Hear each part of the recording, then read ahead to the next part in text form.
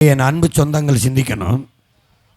இந்த காங்கிரஸ் பாரதிய ஜனதா ரெண்டு கட்சியும் இந்திய இறையாண்மை, தேச ஒருமைப்பாடு, ஒற்றுமை என்று பேசும்.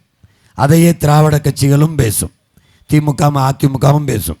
ஆனால் காவிரி நதிநீர் என்று வரும்போது கர்நாடகாவில் இருக்கிற காங்கிரஸும் பாரதிய ஜனதாவும் அந்த மாநில கட்சியாக மாறிவிடும். அந்த மாநில மக்களின் நலனையே பேசும். ஒரு சொட்டு தண்ணீர் தமிழர்களுக்கு தர முடியாது என்று சொல்லிடும். ஆனால் அவர்கள் யார்? இந்திய இறையாண்மை, தேச ஒற்றுமை, ஒரே நாடு, ஒரே ரேஷன் கார்டு, ஒரே தேர்வு, ஒரே எல்லாம் சொல்லுவான். ஆனால் கர்நாடகா என்று வரும்போது கன்னட கட்சியாக மாறிடுவான். பாரதிய ஜனதா வந்தாலும் தமிழர்களுக்கு தண்ணி இல்லை, காங்கிரஸ் வந்தாலும் தமிழர்களுக்கு தண்ணி இல்லை. அப்போ எங்கே இருக்கிறது உங்கள் இந்தியா? எங்கே இருக்கிறது உங்கள் தேச ஒற்றுமை? எங்கே இருக்கிறது இறையாண்மை?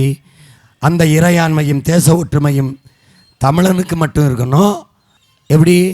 ஒரு சொட்டு தண்ணி தர முடியாதுன்னு கர்நாடகாவை ஆளுகிற முதலமைச்சர் சீதாராமையாவும் துணை முதலமைச்சர் சிவகுமாரும் சொல்கிறாங்க.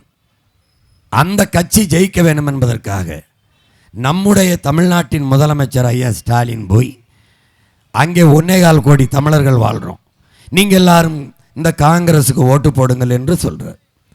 அவன் வந்தால் தண்ணி தரமாட்டான்னு தெரியும், அவன் வந்தால் மேகதாதுல அணை கட்டுவான்னு தெரியும். அப்போது தன் மாநில மக்கள், தனக்கு வாக்கு செலுத்தி வெல்ல வைத்த மக்கள், தனக்கு அதிகாரத்தை கொடுத்த மக்களின் நலனை தாண்டி காங்கிரஸின் வெற்றி அவ்வளவு முக்கியமாக இருக்குது. ஒரு சொட்டு தண்ணி தர முடியாதுன்னு கர்நாடகாவில் இருக்க காங்கிரஸ் சொல்லும்போதே ஒரு சீட்டு என்னோட கூட்டணியில் உனக்கு தர முடியாது என்று வெளியேற்ற முடியாது.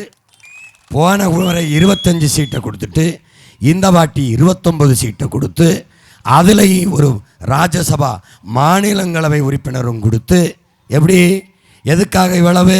ஒரு சொட்டு தண்ணி தர முடியாதுன்னு சொன்னதுக்கு.